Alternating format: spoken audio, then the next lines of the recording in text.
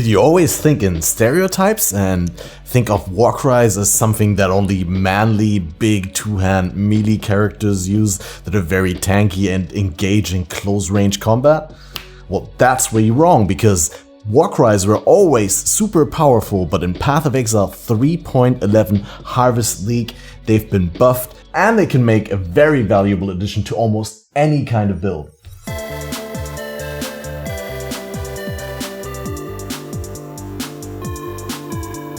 Hi guys, Catmaster here with another video, and in Path of Exile 3.11 Harvest League, you've probably seen me league start, like many other people, as a Volatile Dead Spellslinger Necro. In case you didn't know, Volatile Dead Spellslinger works like this.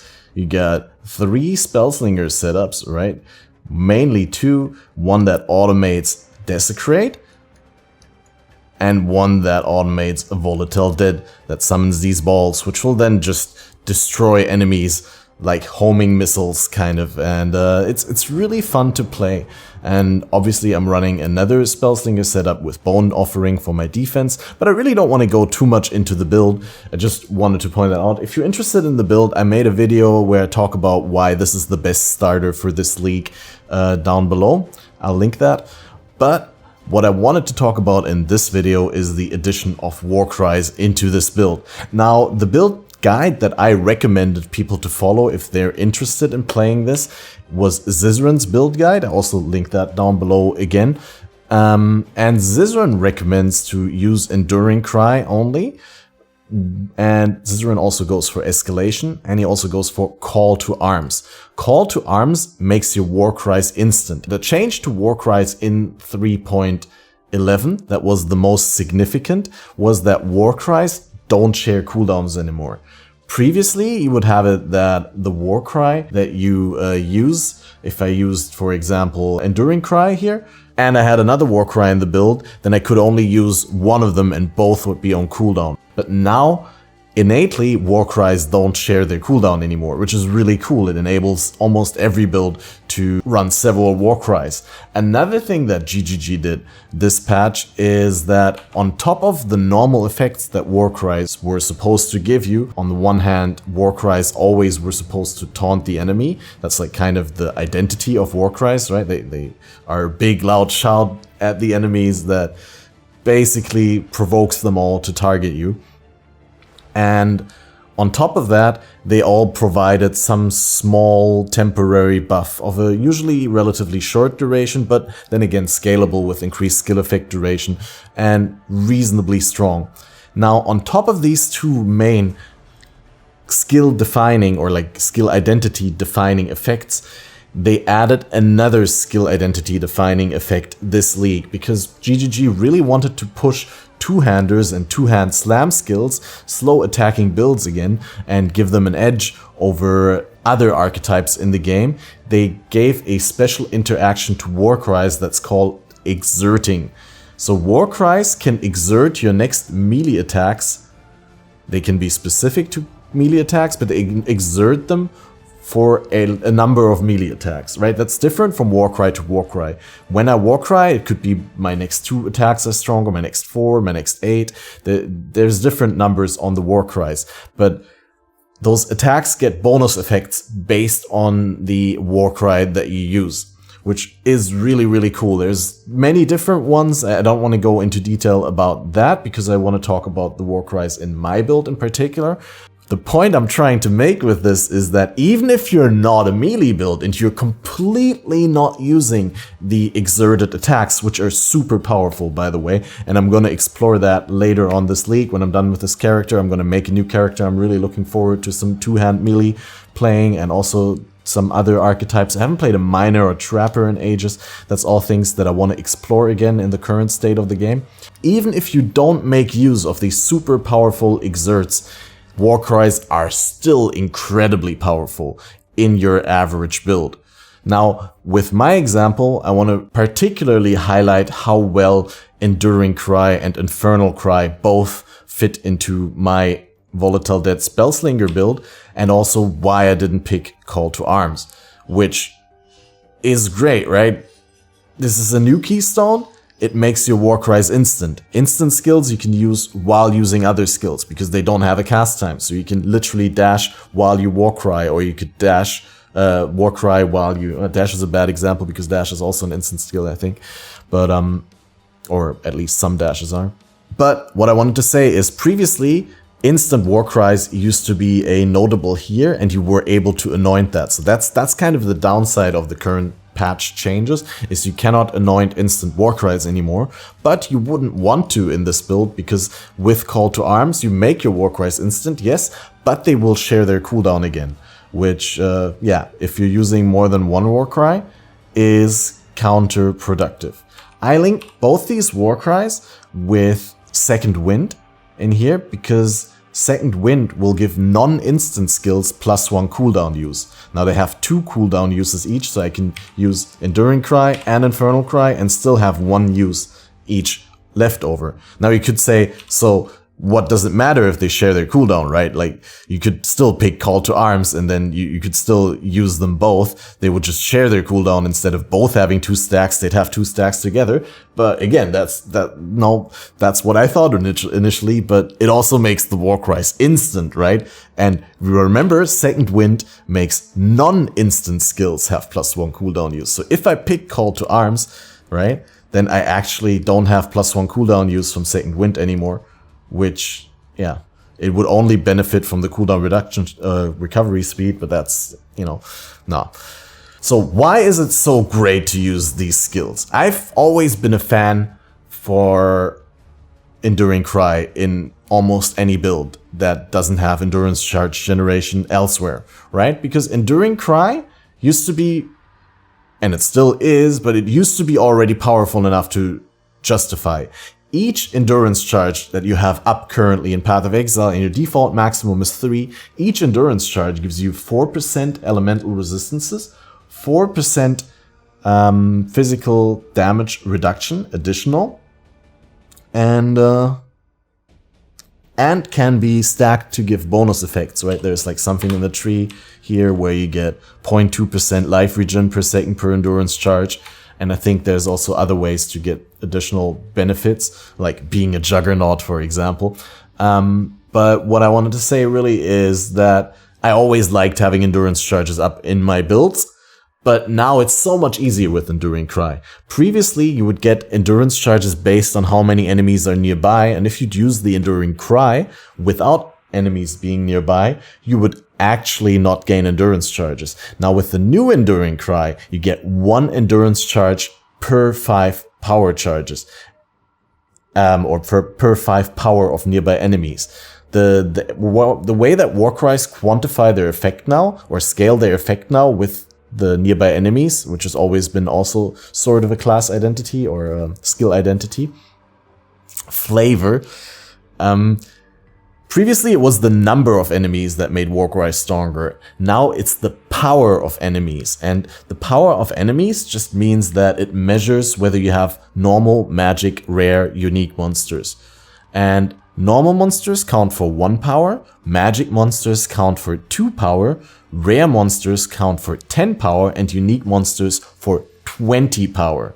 Which means it's now super good for sustaining your endurance charges even on single target, because even if you're alone with a boss in the boss room, you will still get 4 endurance charges per Enduring Cry. So your default maximum of 3 is always full, and you could even pick an additional endurance charge in the tree and reliably always have your 4 endurance charges up. So that's really nice, right? On top of that, the regeneration that Enduring Cry provided previously has been significantly increased.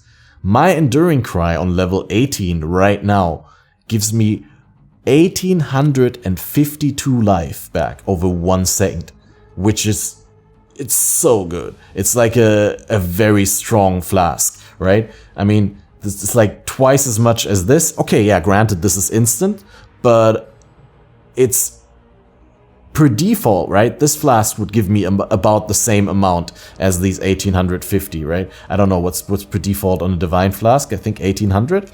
And that over... Well, let's compare it to this one, right? Chemist's Hallowed. This is qualityed up. It's about 2300, 2300 over 8 seconds. 8 seconds is a long time, right? This is over 1 second. Enduring Cry gives me 1800 life over 1 second. It really goes up. And it's just so nice. Many times in boss fights, I can face tank the boss by just using Enduring Cry whenever it is up, and not use my instant flasks, or like keep my instant flasks for spiky situations where I'm not sure the Warcry will be enough. But the life sustain that you get from Enduring Cry is incredibly good. Now with the quality on Enduring Cry, I'll have a stronger skill effect duration. And with Escalation, which is a new notable on the passive tree and a new cluster, you can actually get a little bit of cooldown recovery speed and an additional 10% recovery when you use a Warcry, which, wow, it's just so good. And increased damage for each time you've Warcried recently as well.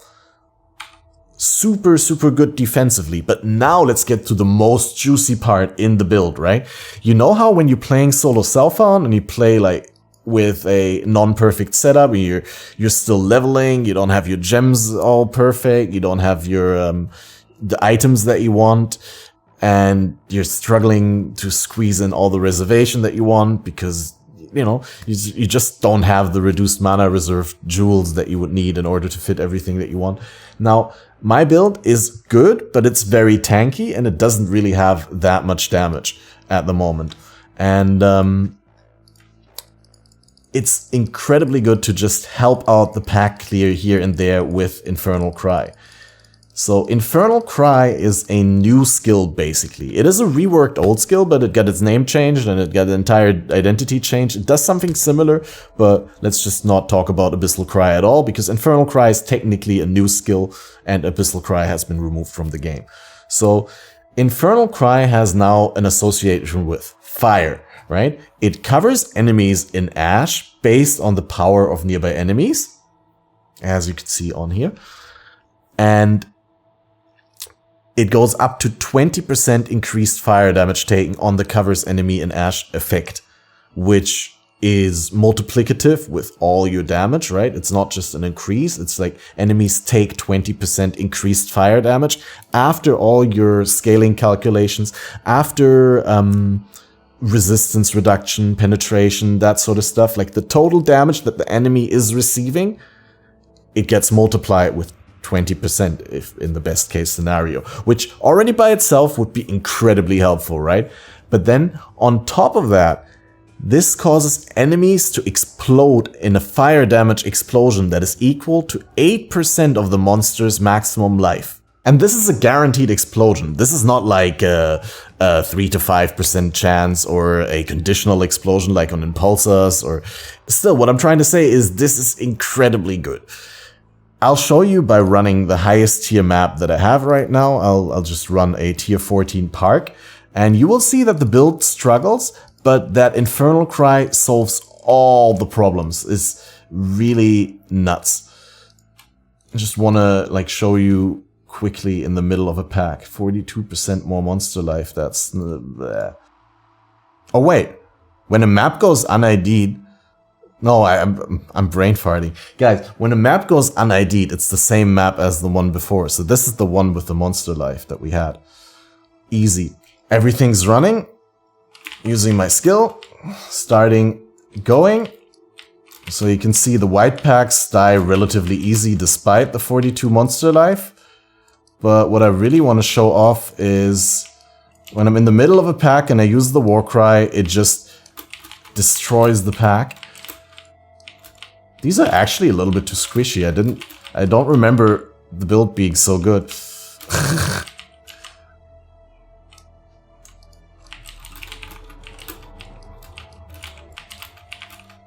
We need something with more density of tanky monsters, so I'm opening this abyss.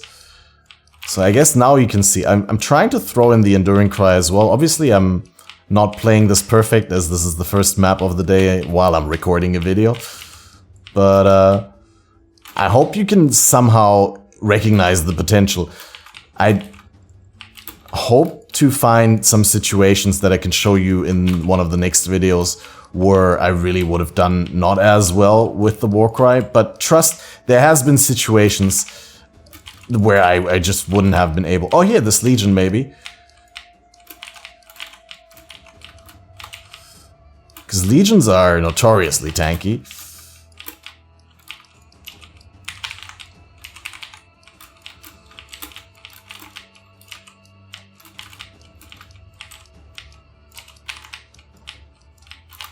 Yeah, did you see how they just popped? And they take all the, because it's a life-based explosion, they take all the rares with them. If there's like different tankiness monsters in a big pack, so to say, like something that you kited together, the explosions are so strong because the smaller monsters explode, like the white monsters explode, they take the blue monsters with them. Then the blue monsters explode, they take the rare monsters with them. And then they explode, taking all the rest with them. It's like really a chain reaction, and the explosion based on the life is incredibly strong. If you've never played a build that employed explosions, make sure you try this. If you're playing any fire-based build in this current patch, I've heard people playing it in Righteous Fire builds, in Tectonic Slam builds. Tectonic Slam obviously benefits from the exert from the melee attack Combust that is provided by the skill, right? You can link Infernal Cry with support gems that affect melee attacks, and whenever you use a melee attack after you Infernal Cry for the next 4 melee attacks, you perform an additional attack that's called Combust, and that's supported by your gems on the thing. It's incredibly good, guys. But Infernal Cry and Enduring Cry are just 2 of all the insane war cries that we have in Path of Exile now, guys. Ancestral Cry, for example, gives the same effect as Ancestral Call on the next 8 melee strike attacks via the exerting mechanic. And that means you don't need Ancestral Call anymore, or you can use Ancestral Call and Ancestral Cry for 4 additional enemies targeted, which is incredibly good for these melee strike skills and should give them enough of an edge to be valuable, to be usable again, right? We have General's Cry, which allows you to link a specific melee attack, which then will be used by Mirage warriors that you summon from nearby corpses when you taunt enemies with your Warcry. It's such a crazy skill. I can't wait to see what crazy use it will find. Intimidating Cry, which allows you to intimidate nearby enemies, because enemies taunted by this Warcry are intimidated. Usually intimidation effect, which causes enemies to take 10% increased attack damage from you, or in general, take 10% increased attack damage. It also works for your minions or your party members. It's nuts, and 2 next melee attacks deal double damage. You just straight up double damage for the next 2 melee attacks with Intimidating Cry. Super, super strong. I heard of a lot of people using Intimidating with their sick, super strong hit 2-hand builds. Seismic Cry, which stuns and knockbacks enemy. Well, not stuns, but interrupts them. And we also have, obviously, the reworked Rallying Cry, which does something completely different and should be a super great addition to hybrid melee summoner builds like Dominating Blow, that sort of stuff. Super interesting. So, hey, if you have already used one of these war cries, tell us in the comments down below what you used them for and how good they were or how bad, which I don't think they were bad. And if you haven't, then tell us which war cry you're most hyped about. It's gonna be interesting to see the different opinions, and I personally can't wait to try Intimidating Cry with a really hard-hitting build. That's gonna be awesome. I'm so happy with what they did to Warcries, because I had so many naysayers, I don't like that word, but I had so many negative people talking about, this is not going to be good, Warcries, two-hand, I don't like that archetype, way too slow or something like that. It's slow, but it's extremely powerful. You can push through content that is way too hard for you by using Infernal Cry, I think, currently. And I wouldn't be surprised to see it slightly nerfed, but if it stays under the radar and people don't use it as much, then, it might also just stay in the current form it is. So, yeah. I hope I entertained and informed you with this video a little bit. If I did and you want to help other people discover the channel, make sure to like, share, and subscribe the videos. It does really help massively. YouTube will pick up the video and promote it. And if you want to further support my content creation goals, then I'd be happy to say hi to you on twitch.tv/CatmasterOP, where I stream almost daily. And of course, every other Saturday, we have the Faded Connections podcast with my co-host Balormage and usually one or two guests from the Path of Exile community, with who we talk about everything that's currently an ongoing topic in Path of Exile. So yeah, look forward to that. Thank you for watching the video. I'll see you in the next one, and have fun war crying in Harvest.